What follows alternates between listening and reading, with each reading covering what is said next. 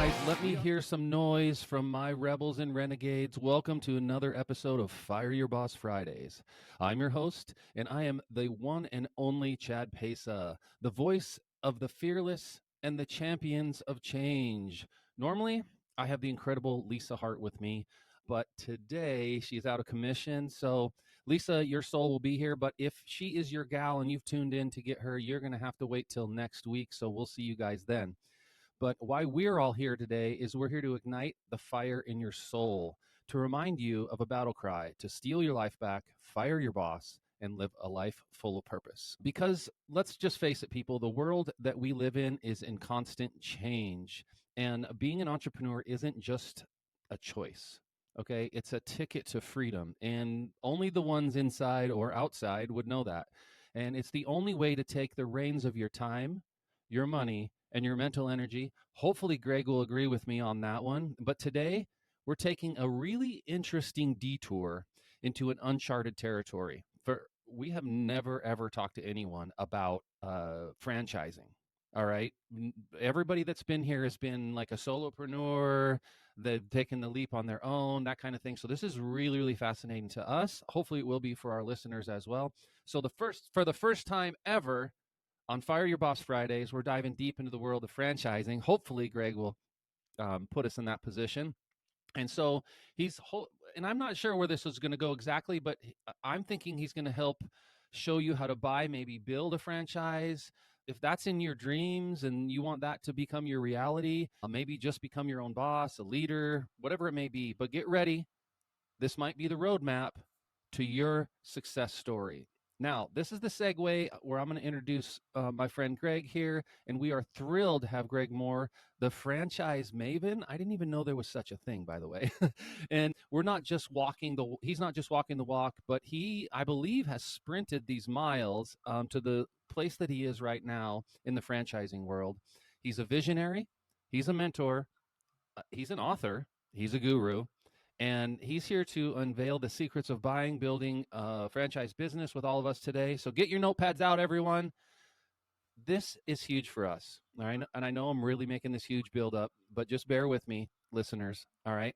We're venturing into this for the first time. So it's very, very exciting. So, Greg, get your mic turned up. All right. Put on your let's do this face. All right. And open the show by saying hi to the listeners and where they can find you online so they can start cyber stalking you while they're listening.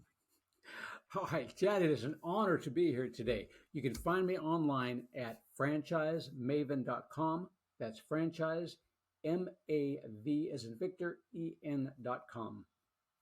Awesome. Easy breezy. Doesn't make it any easier for you guys. So like I said before, make sure you got that written down and start checking him out. See what he's all about too, because maybe you'll have some questions or comments you can put, and Greg will get back to you on that. Make sure you drop those in the comment section. So you wrote a book. How long ago did you write this book? Chad, that was about 2 years ago that I wrote that book. Okay. Real Freedom, Why Franchises Are Worth Considering and How They Can Be Used for Building Wealth. Okay. All right. So I have a big question. I'm going to save it though. Okay. So first off, I'm going to have some fun. Let's have a little fun first. Let's warm up the audience. Let's warm you up a little bit. Greg, from flipping tacos to flipping the script on business owners into business owners, if you had to create a Taco Bell combo meal named after your career journey, what would it have in it, in that special bag when someone handed it to you? I want the Greg Happy Meal, basically, from Taco Bell. What would be in it? What's your favorite from Taco Bell? The Burrito Supreme on that one. A little Okay. bit of everything in there. I have been around and done quite a few different things in there. So a whole big mix, but just a very pleasurable ride. Cool. Awesome. Thanks, man. So if for those of you that don't know, this is how I'm going to segue in that's where you got your start, right, Greg? I did. I didn't even know it at the time. We back in high school, a lot of us got jobs at fast food places, and mine just Right. happened to be Taco Bell. And Dun, dun. I moved up in the Taco Bell world while I was there. And unbeknownst to me at the time, the lady that I worked for owned 50 Taco Bells, and she was a master franchiser. So I started Oh, managing her restaurants. It was just amazing. 50. Oh, wow. Wow. And you had a dialogue with this lady, right? Like Yeah, at a I young became age? one of her managers. Hmm. Okay. I became one of her managers, and I helped her grow her restaurants throughout the Sacramento, California area, which is where I got my first foray into franchising. And it was fascinating that no matter which one you went into, they all ran the same way. They all had the same playbook. So it was easy to build them up and to make them more profitable and help her out. That is cool. That's way cooler than I thought it was going to be. So she has 50 of these. She takes a liking to you. You're obviously doing something right. You're moving up the ladder. I'll share a quick story too for all you people that out like to talk down about flipping burgers and working these fast food joints. My brother-in-law, in fact, started at Taco Time, and he moved up the corporate ladder and he became original, and then they shipped him off overseas to the Netherlands to run Domino's. Actually recruited him and stole him from Taco Time. Anyway, well over a six-figure earner, running locations all over the world. And for me, I'm an entrepreneur, always have been. So I was like, okay, so this guy's killing it, right, in this space. But the typical corporate ladder, there is a lot of opportunity. And correct me if I'm wrong, Greg, don't they like to hire from within? That's kind of the MO, right? They do. They do. They like to hire from within, and they like to grant you, in the franchise system, grant you franchises if you already know their system. Absolutely correct, Right. Chad. So it's a big part of the whole process. In fact, I've actually heard this, and I may be wrong, so you can correct me, that sometimes they require you to actually be to work there first. Like you have to be an employee. It's to some degree within the organization before you can actually own a franchise. Is that correct? Very few, very few that Which require ones you are to they do then? that. It just But offhand.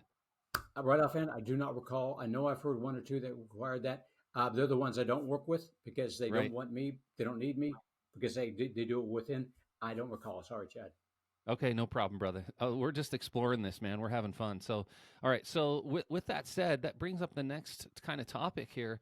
What is it that you do for franchisees and or people wanting? And so, you're taking like a business model that kind of already works and turn it into a franchise, or do you help them develop something that can be franchisable? Where are your hands in there? Where are you getting dirty? Down and dirty, for the most part, what I do is people are wanting to get into a franchise. They want to get into Okay. entrepreneurship. They want to become an entrepreneur. They don't know where to start, or there's like 4 or 5 thousand franchises out there. Where do I start? How do I go about doing this? What do I look for? They have no clue as to how that. So probably 90% of my time is helping out individuals or teams of people looking to get into a franchise, how to find the right one for them. And then the other about 10% of my time, I do help businesses that want to become a franchise, show them the path of turning them into a franchise and what that looks like. And I have a team of people that will do all that paperwork for them and make them a franchise so then I can take over and help them find franchisees. Ah, okay. So that's your role. Okay, great. All right. Well, thanks for laying that out. I don't know it that well, so these questions, a lot of them are coming directly from my curiosity of that space. Lisa and I have built all of our companies like from ground up. We've never bought a company. We've sold companies, never bought anything like that. I think Lisa bought a small company, but it was like a years ago she bought a insulation company, but it was nothing fancy. There was no franchise type deal. So all right, let's dig right in this. Engineer as well, so I mean obviously you got a good head on your shoulders. A franchise fantasy, if you could create a franchise, this is another fun one, then we'll get into the really good stuff, man. If you could create a franchise of of any fictional business, okay, we're talking about, I don't know, making rubber duckies to, whatever it is, from any movie or TV show, what kind of business or franchise would you create? Um, Probably from Star Wars, I'd create a collecting space junk franchise because it would be something that somebody would never want to do themselves. It'd be one of those like micro dirty job types things that there would be a lot of business for because people always need Mm-hmm. scrap parts, always need scrap things out there to rebuild their spaceships. And it's just sitting out there in space. Nobody's collecting it. So I would find a way to do that efficiently and quickly and find the right buyers for that equipment. So my people would just step right in there, collect the junk, have a buyer So, for it, sell it, and go out there and do it again and get to spend their day doing whatever they want.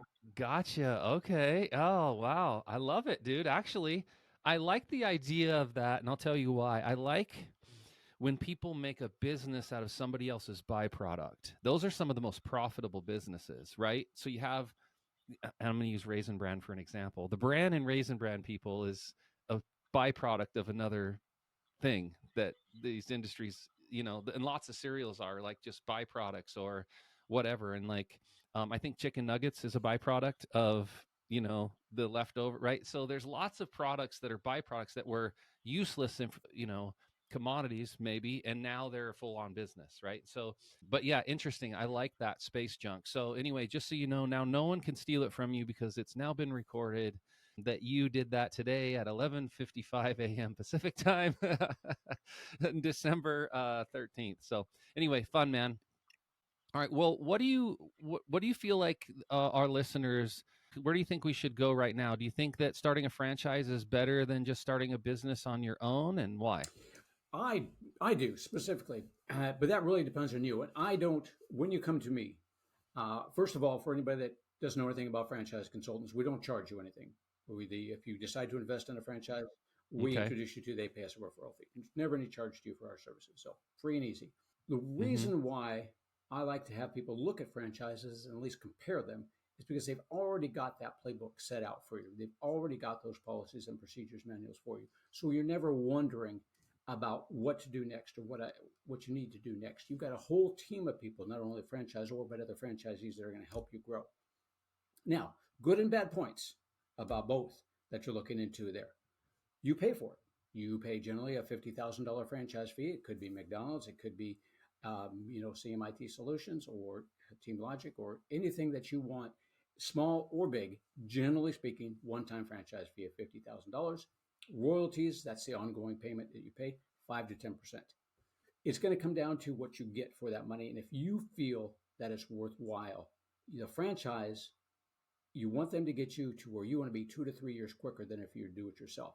So private business, you do everything yourself. Mm. Everything you do on your own. You might have some teams of people that help you. You may have some books to help you or something like that, but you're on your own. But you get to do anything you want with it. You get to keep all the money. You do anything you want. You grow it any way you want. So it really comes down to the people. There's, the good and bad points about both. I would say that for entrepreneurs, for my younger entrepreneurs, a lot of those, they've got the energy. They want to go out there and do it themselves. They want to give it a try. Go for it. Compare it. Just compare and contrast. See what it has to offer. See if it's a good option. I don't try and convince you that it's the greatest thing since sliced bread, because for some people it is not the greatest thing since sliced bread. You're better off doing it. Let's talk about those people, brother. Greg, that's a good time. What people are these people? What, like, for you, like, what would be a red flag for you for someone to say, I don't know if this is a good fit for you? Like, what's a red Generally flag? speaking, if you can't follow my procedure or my process that I take you through to help you find franchises, yeah, mine's pretty simple. It's just a few steps, 3 to 4 step process.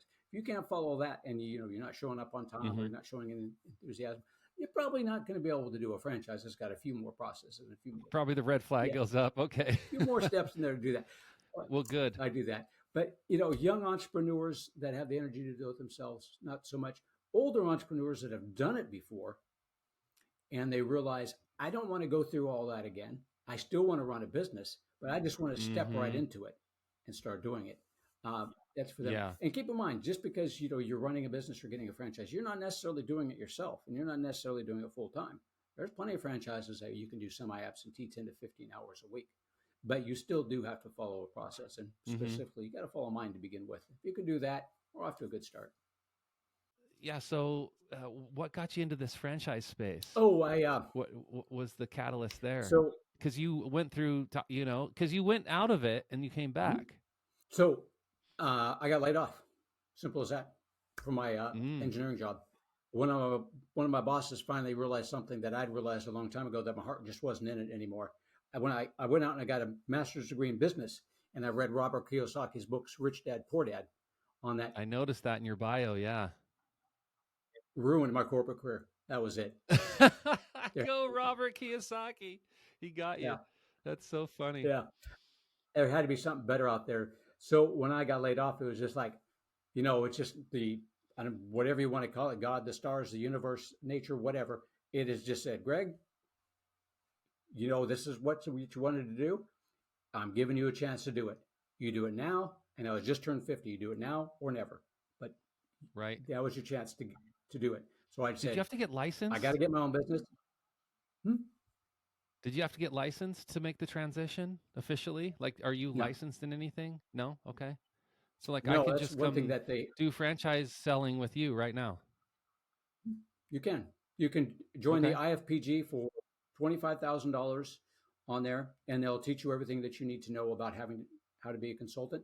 With you, it would probably be fairly easy to do because you've got a good uh, following of people on that. It is a good business to get into. You can make a lot of money real quick, but it is, even though it seems like it's really cheap, $25,000. If you don't have a huge following of people, it can be quite expensive to go out there and try and find people who want to get into franchising. Right. Right. Okay. I could see that, right? You got to have people to sell these businesses to, right? In business relationships. And like in my space, I have real estate investors, I have business owners. Some of them are both, right? So Right. a lot of my real estate, or excuse me, my business owners push their money into real estate. So it sort of goes hand in hand. Well, good, man. What's hot right now, Greg? What's going on? I know it's got to be something that's trending right now. What's You trending? know, the funny thing, crumble cookies, I believe, is the one that's trending right now. Yeah, that's pretty hot. People want in on the crumble, You huh? remember 5 years ago or so, I think it was, when the yogurt industry took off?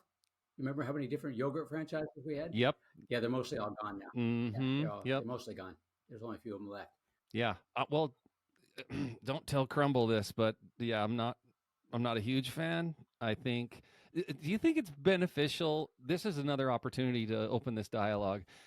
Maybe for our listeners, do you think it's a good idea to buy a business 100% on your personal opinion? Like say I don't like crumble cookies, okay? But the business model's working, right? What do you tell people like that? Investigate the industry, know the industry inside and out before you get into anything. Just because Mhm. you like it doesn't necessarily mean you should get into it. I mean, I love chocolate and I'd love to buy it.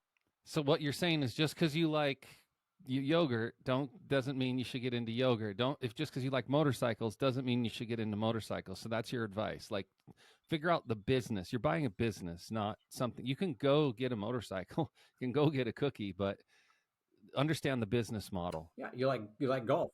or the Yeah, industry. You said. I industry. think you said Know industry. the Yeah. industry. So you like golf. You want to go out there and own a golf shop. All right. Well, probably you're going to be counting golf balls most of the day instead of playing golf. So, just because you like the industry, know what it in that industry, know what the industry is, where it's going, where it's been, and really what do you have to do within that business to make money for it? And are you okay with doing that? Mm-hmm. What are the downfalls to owning a franchise, like versus like a building a business? I know we talked about a couple, so let's knock off the little ones. There's got to be some, obvious. There's the obvious where it's quicker. Okay, that's obvious, right? You're in the business. The return on investments generally starts coming back in, within the first year, right? You're not losing you're not losing every day, right? It's going to depend on the But what's the big yeah. thing? The big thing is if you're getting into a brick and mortar franchise, it's going to take a little while longer to build that business up because it's going to take you a while to find that space, and then you've got quite a large investment. If Mm-hmm. you get into the service industry, it's not really that big. $150,000 or even less to get into the service industry, which is a huge industry, great industry to get into. There's not that much, and you can, and yes, within a year, depending on the franchise system, you can be absolutely bringing in money with the brick and mortar. That one is the one that takes a little while longer finding the space. You got a bigger build out, you got a bigger investment, so it's going to take you a while longer on Mm-hmm. that. But as far as yeah, But service is HR, right? It's human resources, right? And skilled trades, or is that when you say services? Is that what you so mean? service industry, yes, those are industries where your clients don't necessarily know you exist until they need you. Senior care, tutoring, air conditioning, heating, groundskeeping, anything like that, remodeling kitchens, doing roofing, restoration services. Those are all services in huge industries to get into. You can make just as much in the Mm-hmm. service industry or more than you can with a brick and mortar. It's just different. That's all there is to it. Many different Mm-hmm. things What that you about remote? Tell me about like these new online businesses. Is there franchises in the online space? the closest thing I would say to a franchise in an online space would be like WSI. We simplify the internet where they do digital marketing. Most of the time, the Mm-hmm. businesses, and you're always working with people. Most of the people really like to see you as a person or to see your manager as a person if it's semi-absentee type business. So we don't see a whole lot of remote franchises, or almost none actually, that go up. We just don't, for whatever reason. No, like no tax preparation. I mean, all that, none of that kind of You can stuff, do or tax preparation, but generally speaking, you are going to be meeting with people and you're going to be seeing people. right? You could do a lot of that online, but amazingly enough, still your clients really like to see the person or the manager or something like that that's helping you out. So all the franchises, not all of them, that rephrase that, most franchises are going to want you within a 30 to 60 mile radius of the business Mm-hmm. of where you're doing business because they want it. Like where you Yeah, live, where you live. right? Your zip code, where a locally owned and operated is what they're looking for there. That's the reason, Okay, one of the okay, reasons they okay. come to it. And Mm-hmm. most of the time, your clients actually really do want to see you, and not a lot of them will do it remote. You still can. Some of the tutoring franchises you can still do a lot of that online, a lot of that remotely, but they'll still Yeah, have a yeah, I personal can see aspect that. to it as well.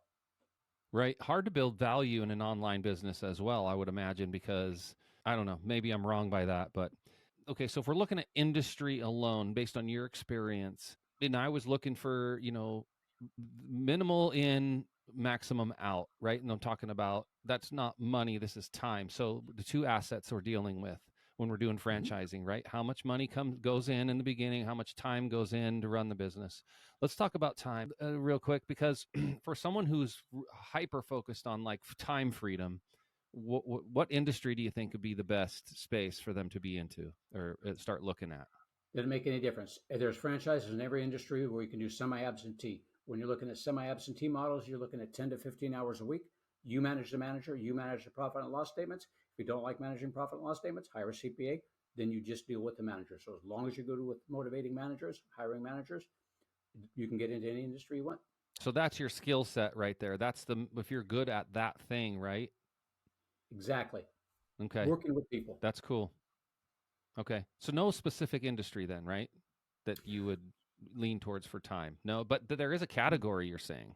There are franchises I lean towards that might be a little bit simpler. Some of the like hair salons, they're pretty simple to operate. And I get people that buy, I had one doctor that bought, I got him into almost 100 of the same type of franchise on that because they're very simple to operate. They don't Mm-hmm. make a whole lot of money. So it took a few to get them going, but they're very simple to operate, a simple brick and mortar Yeah.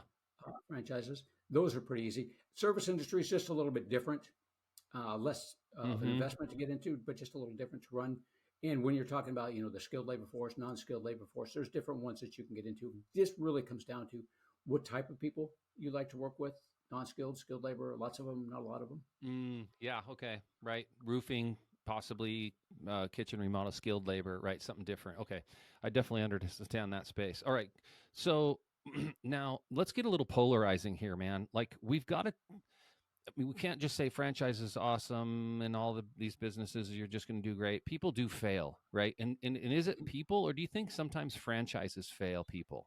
Do you think it's just the people? Because this is a thing. Like people think, franchise is like the guarantee. It's working here. We're going to do our market research and open the store. It's just going to do great. Like it's a guarantee. No guarantees. Absolutely not any guarantees. There's always a chance it'll fail. So the chances of it Mm-hmm. going to fail is if it's more of a chance if it's an emerging franchise and hasn't proven itself yet. So those are ones where you have, less than 10 franchisees. So they haven't reproduced it as much as some of the other ones. Mm-hmm. So if you want to just look at the negative aspects of it, those are challenge ones. Now keep in mind, Orange Theory once had less than 10 franchisees. And now they got the whole, United States taken over. So that would have been a Yeah. good bet on that one. But you don't know that until you go in and start doing this. So you will be So taking your there's a chances. little bit of a game like you can get in like this brings up another thing. So because you said that, that's like an investment. So you're counting on this certain franchise to take off. And right, and if you're the first 5 franchises, you get them probably at pennies on the dollar and now they're going to be worth way more in the long game once 80 locations are open or 100 locations, right? So that's even if you broke even for the first 10 years, the inflation of the value of the franchise goes way up because the reputation and all that. Is that correct? Yeah, you're never going to break even for the first 10 years. So you want to be looking at something you're going to make money for. But essentially, Chad, that is. Yeah, yeah. Just playing with the numbers here. You Yeah. probably be the expert in that space. You're like, listen, bro. All right. Sorry. Okay, cool, man. What about and I'm trying to compare this to things that I know and understand, like house flipping, investing in real estate, building businesses, selling them. In this marketplace with the franchises as well, is there a flip market? Let's say you and I start talking, Greg, and you're like, listen, I got this franchise owner. I know he just kind of doesn't know what he's doing, and he kind of wants to sell. I think you could come in there and do a really good job of flipping this and then remarketing it. Tell me, is that like a business model as well? Absolutely, Chad. We have what we call resale franchises on there. So what's going to happen is if Mm-hmm. you got a franchise and Chad, you build up your franchise and you're going to sign an agreement for 5 to 10 years with the franchisor. Doesn't mean you Mm-hmm. have to stay there for 5 to 10 years. You can just say, I built it up. Now I'm going to sell it. If you're doing really good and you tell the franchise you're going to sell it, they're going to offer it up to the other franchisees, and the other franchisees are probably going to buy it right away on there. So great market Mm-hmm. for a good franchise. Now you were talking specifically about one that's maybe not doing so good. So I get quite a few of those. I don't Mm-hmm. get too many real good ones on my resale list, but I see on my resale list some that are offering for sale less than what it took to get that franchise running in the first place, which I know that they are problem children. For whatever reason that they got the wrong person in there, they had to move Distress out in of the area. some short. So, yeah, so great market for you going in and finding one and getting it for less than what it cost to open it, knowing that you've got a little bit of a challenge ahead of you. But if you like doing Sure. that sort of thing, and I've had people that like that sort of thing and went into that and got into those franchises where you build that up and then flip it once you've got it built up again. Like your basic bookkeeping principles and understand business, money in, money out. You understand people management. If you can dial in these skill sets, this is what a lot of people lack maybe sometimes, right? And then that can be the one thing that there's a reason why this business is suffering, right? So you can double the numbers.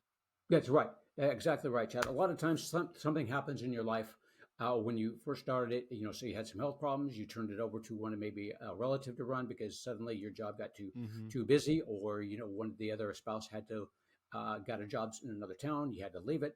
So many different opportunities there for somebody who's got that skill set. And it's just a great opportunity to buy low, do a little building, sell high. Okay, so with that said, you mentioned something that really stood out to me is it gets offered to the other franchisees right away. So it's Mhm. first right of refusal. Like, so if you already own a franchise, you then get into this pool of like, excuse me, possibilities where you're going to be, it's not going to go to the open market until you get to see it first, right? And then people make offers? Like I would make, like, I'll give you 20,000. Next guy comes in 30. I mean, whatever. How does that work? Entirely possible. I don't see a lot of that. I hear about some of that behind the scenes, but I don't hear a lot or don't see a lot of that because that happens at the franchisor level. So the franchise is first of all, when you sell yours, Chad, in your area, they're going to look for a franchisee that's close by your area that's also doing well, and they're going to call them up first and offer it to them. They want them to have that business, right? They have vested interest there. They're like, okay, we don't want this Right. thing to totally go belly up. Yeah.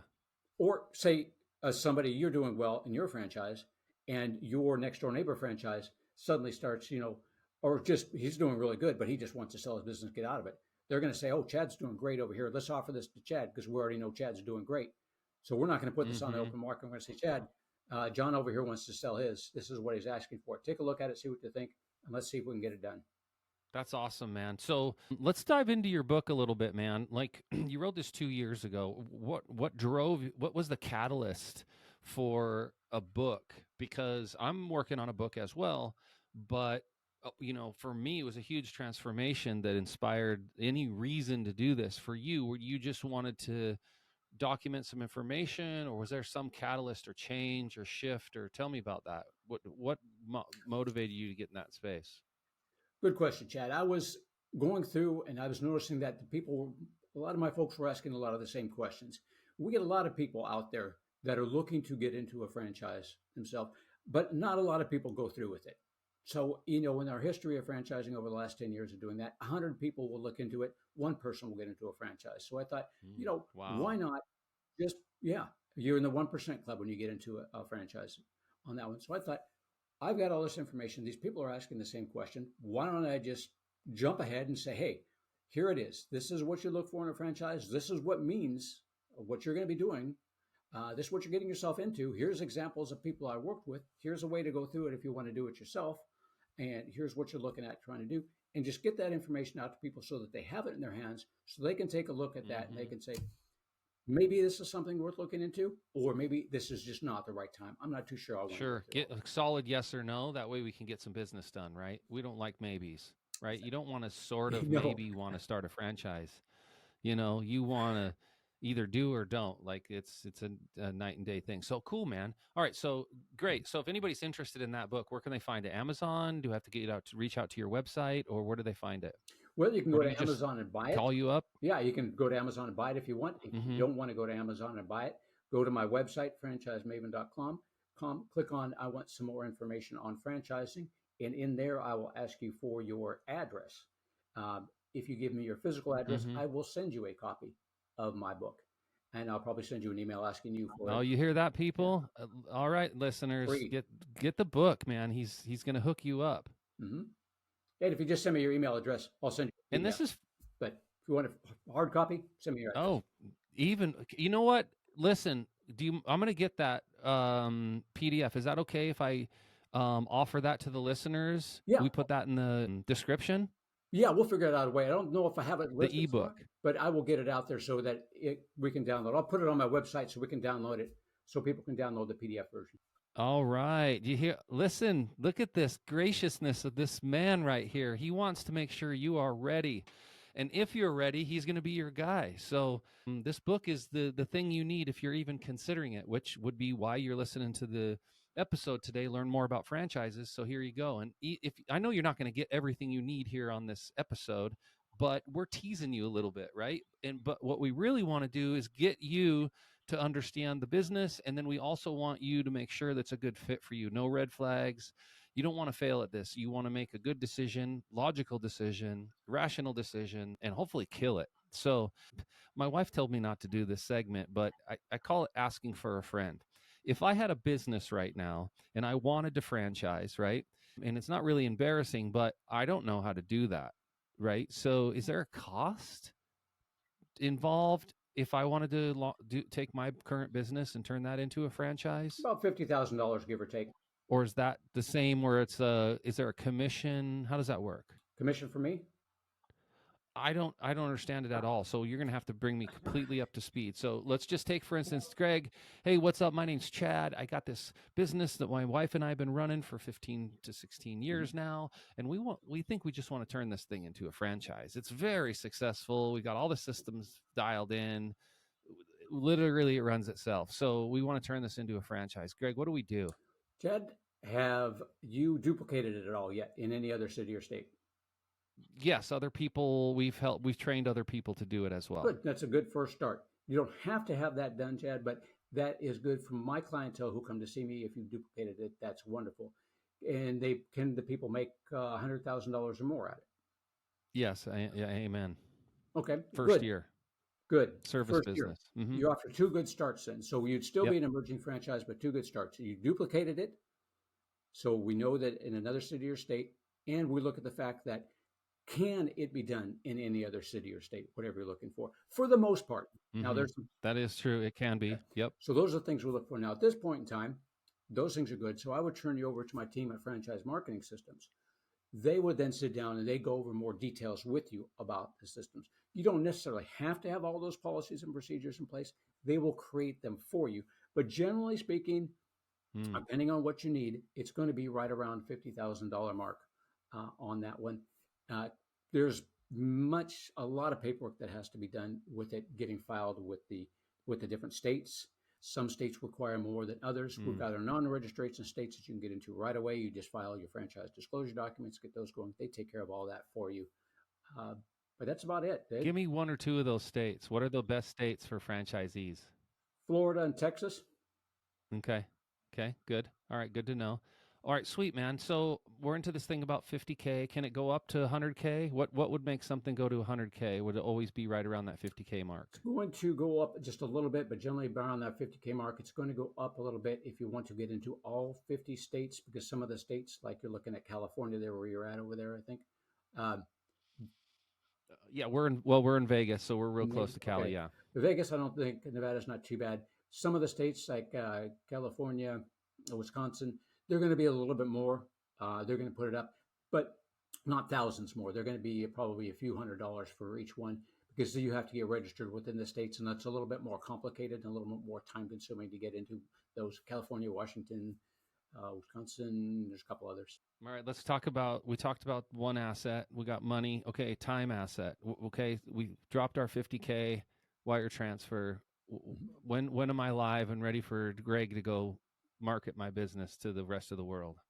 The two I did recently, it took about three months or so to get them going, and then that's it. Once you get all the paper going, a lot of it has to do with you and how fast you get it them to them, but they'll get it done within about 3 months or so. Now you've got the FTD registered. You can hit your non-registration states, so you can just say, Greg, let's have a call. This is the type of people that I'm looking for, uh, and these are the qualifications that they'll need.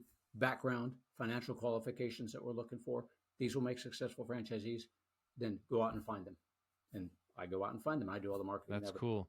Okay, so can I hire 10 of you, Greg, or is it like a real estate agent where you have one buyer's agent or to find my house?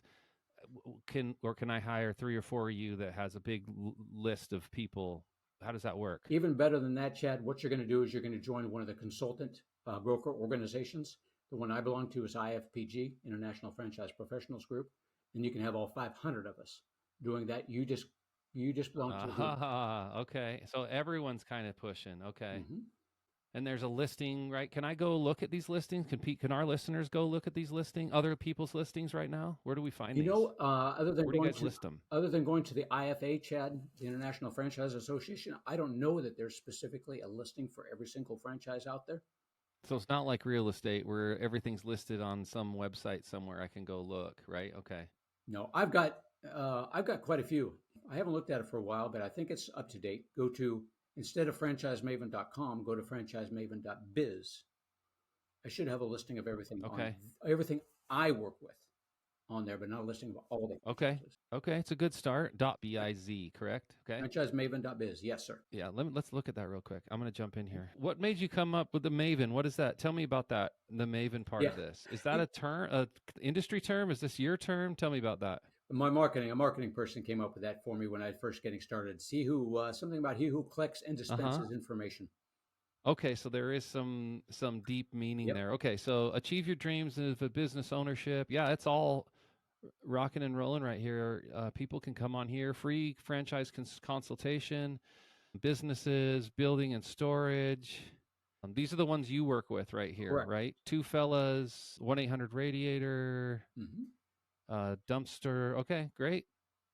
Nice. All right, this is really cool, man. All right, so people, I'm looking at it right now, franchisemaven.biz. All right, so listen, you could get started here, get your book, go to this website. I mean, you're already moving, you got momentum, and you got Greg right here on the episode. So comment below, ask Greg some questions. If he doesn't see them, I'll make sure he gets them and get you guys linked up one way or another. Cool. So this is great for our listeners. Do you feel like there's anything you could leave them with today? If you need information on franchising, as you can see, that Chad had to cut me off a few times because I was getting kind of long-winded there on that one. So if you want to call me and ask questions about franchising, I'll talk your ear off, and you can call me anytime. I've got lots of information, and again, I'm not trying to sell you. I'm just trying to educate you. Well, sure, you're going to need education and a lot of it, guys, like especially if you've never even thought about franchising until right now. But if you have, great. And maybe you already know, and maybe you already know a guy like Greg or whatever it may be. But maybe you like just the way Greg's dropping his thing here today. So, I mean, the fact that he's got a book you can read, I would just get it either way.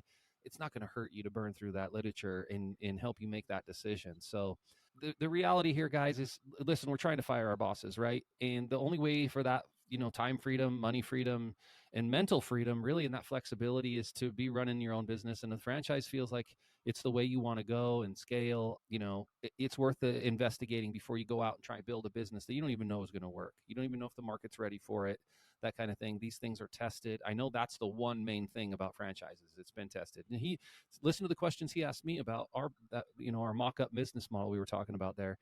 Right away, we want to find out if it's scalable, right? And if it can be duplicated, and is there a success rate? Can it make over six figures? Those are the three biggest questions he asked right away. So just know that that's the beginning of the journey for all these other franchises that you're looking at on his website, that those businesses have went through the ringer already. They went through the system to put them in a position for success. And I'm sure the franchise owners want success. So, I mean, that's their main objective. Although I've seen some TV shows and reality shows where these things have gone bad, but we're going to leave it at that. You can't win them all, people. We're all just a player in the game, and just like everything in life, you can't win every single football game, and you're certainly not going to take the Super Bowl every year. But at least we can play, and maybe we'll get on a good team. So get on Greg's team here. I want to say thanks, Greg, for being here, dude, answering all my questions. I know some of them were absolute nonsense, but we like to have a little bit of fun, right? Can't be serious all the time. Anyway, so we're gonna wrap it up here today. Until next time, guys, steal your life back. Keep firing those bosses and live a life with purpose, right? Find something that aligns with you. And like Greg said, don't do something because you like it. Look at the industry, right? So be careful in this space. You don't want to, and I think you know where I'm going with this, which means don't jump on the trends, people. Okay, do something that's in an industry that's already proven itself and will continue to prove itself. Again, this is Chad, and you're looking at Greg. Stay wild, guys. Stay free, and remember, in this world of Firing Your Boss, you're not just a listener with us. You're a revolutionary of your own destiny. So go get it.